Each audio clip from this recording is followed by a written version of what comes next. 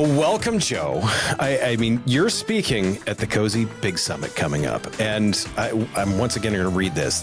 It's the It's Talk, growing your organization's next generation of Into the Storm leaders.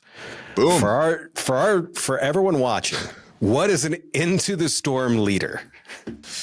Ooh, there's a story with this one, so I'll start there. Sure. I've got Buffalo all over the place, but we're in Cleveland.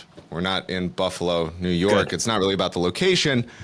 There's a metaphor around Buffalo and how, unlike any other animal, they've been recorded time and time again responding a little bit differently to storms than the others. They don't run from it. They don't hide, hoping it'll go away. They charge into and through storms, knowing that they'll get to a sunny sky faster. That brought our team together. That metaphor, it's our first core value.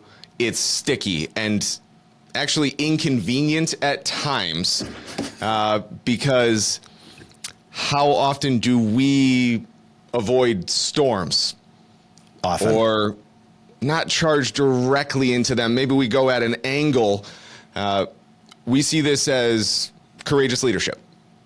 Love it. Being the center of the healthiest cultures, have the tough conversation, embrace positive accountability, be radically candid and open and honest with your senior leaders, not thinking, oh, it's not my place, or pulling back punches instead of giving people the gift of directness and criticism when you observe something that they might not be aware of. It's all those really uncomfortable things that your body kind of tells you are the right thing to do, but it's a little scary and downright painful at first to do it.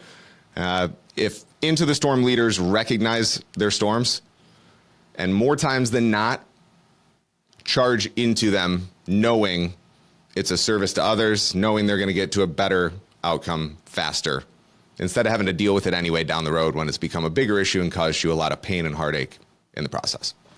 I love that. I mean, with that, organizations in a lot of cases are having challenges keeping people. Do you think that this leadership, will help them with that?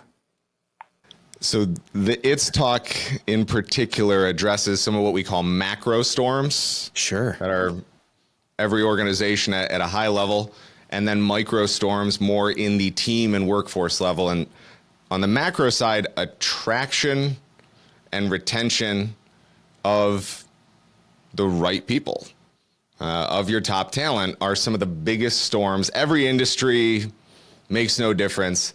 And you can beat me if you need to, but hell yes. This mentality is that in that situation, you first look inward and say, if we want to attract people, well, we have to have a culture that we're confident by promoting it's going to draw people to us. We've got to first look and say, is this a place that people would want to join? Are we offering a peak leadership experience that they're going to want to tell their friends about and be advocates for us? Or every organization, every team has dysfunction, but are there things like lacking clear vision on the future or clear roles, or not offering a compass for decision making and empowerment by actually using core values for more than something on a break room wall?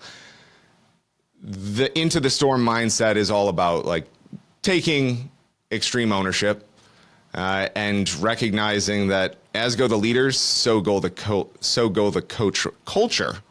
As go the leaders, so go the culture. If you want to attract and retain better talent, focus on your culture. Absolutely love that. So, this year we are focusing on actionable items. Now, if it's raining October 15th, I don't know if everyone's going to run right outside straight into the storm.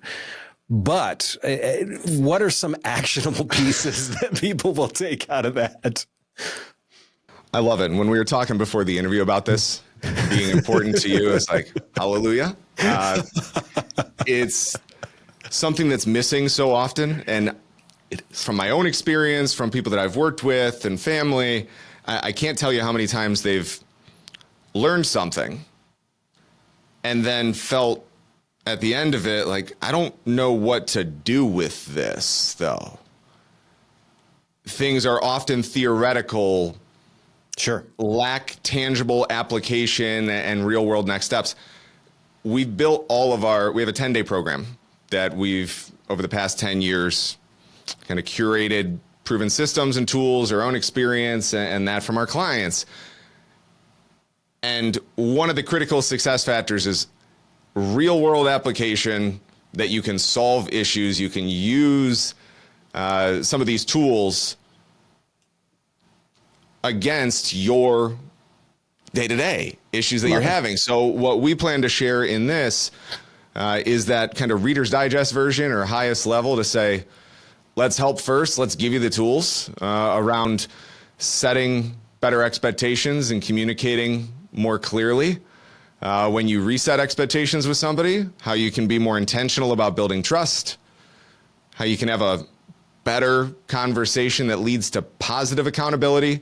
So we've got an arsenal of tools. The plan for this is let's share them. Let's go through some real world exercises with your issues, and let's give you the playbook, essentially, that if you were in our program, you'd have anyway, for you to go develop your people.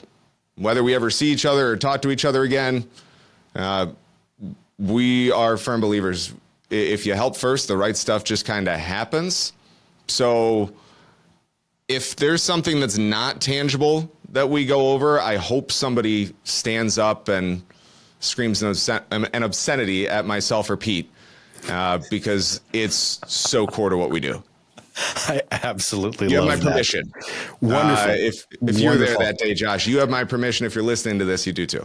And people that know me know that that's very likely that I could do that then. That being said, quickly, what are you most excited about coming up with the big summit? I was excited about it from an observer or a participant point of view when I looked at the lineup of who the speakers are and some of the other workshops. Many of them are in our network. We have some relationship with them. There were some folks that are EOS implementers. There's a lot of like-minded humans that are going to be there who have a lot of the same challenges, but their own success stories. So I'm going to learn a great deal from everyone else there, and probably, hopefully, be able to help a lot of people too. That's awesome. If someone's on the fence about being at La Center for the big summit on October 15th, what would you tell them?